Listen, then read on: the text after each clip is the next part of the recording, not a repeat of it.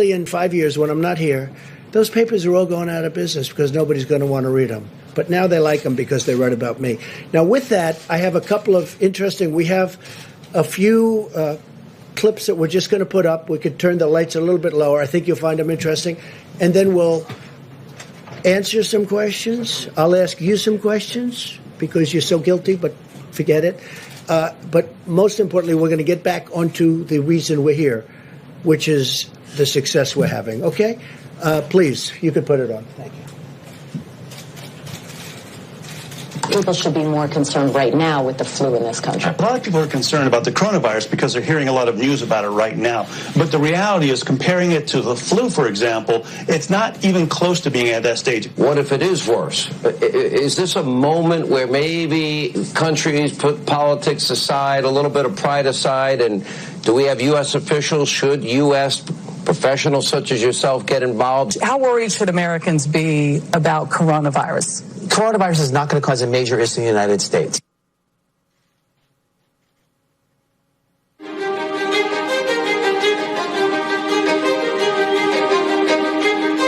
Well, we've asked them to accelerate whatever they're doing in terms of a vaccine.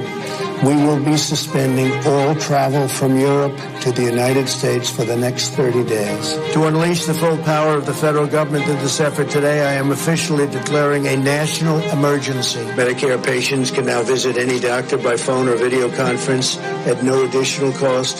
The first 1 million masks will be available immediately. As there were more cases, and it was clear that it was spreading out of China, where it originated, the president took this move that he was widely criticized for by Democrats and even some Republicans at the time, which was he halted a number of flights from China into the U.S. The idea was to halt the spread of the disease, keep transmissions to a minimum. He was accused of xenophobia. He was accused of making a racist move. At the end of the day, it was probably effective because it did actually take a pretty aggressive measure against the spread of the virus.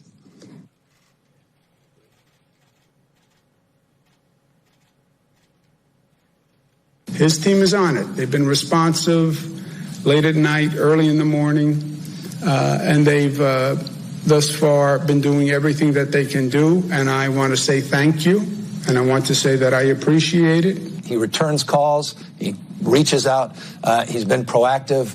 We got that Mercy ship down here in Los Angeles. That was directly because he sent it down here. 2,000 medical units came to the state of California, these FMS, these field medical stations. And that's been very, very helpful. The president has been outstanding through all this. The vice president's been outstanding. Members of the coronavirus task force, very responsive. We had asked if we could have, New Jersey could have access to a piece of the beds that are on the USNS Comfort, and the president came back, called me a short few minutes before I walked in here to say indeed they would grant that to New Jersey. So that's a big step for us in addition to all the other capacity.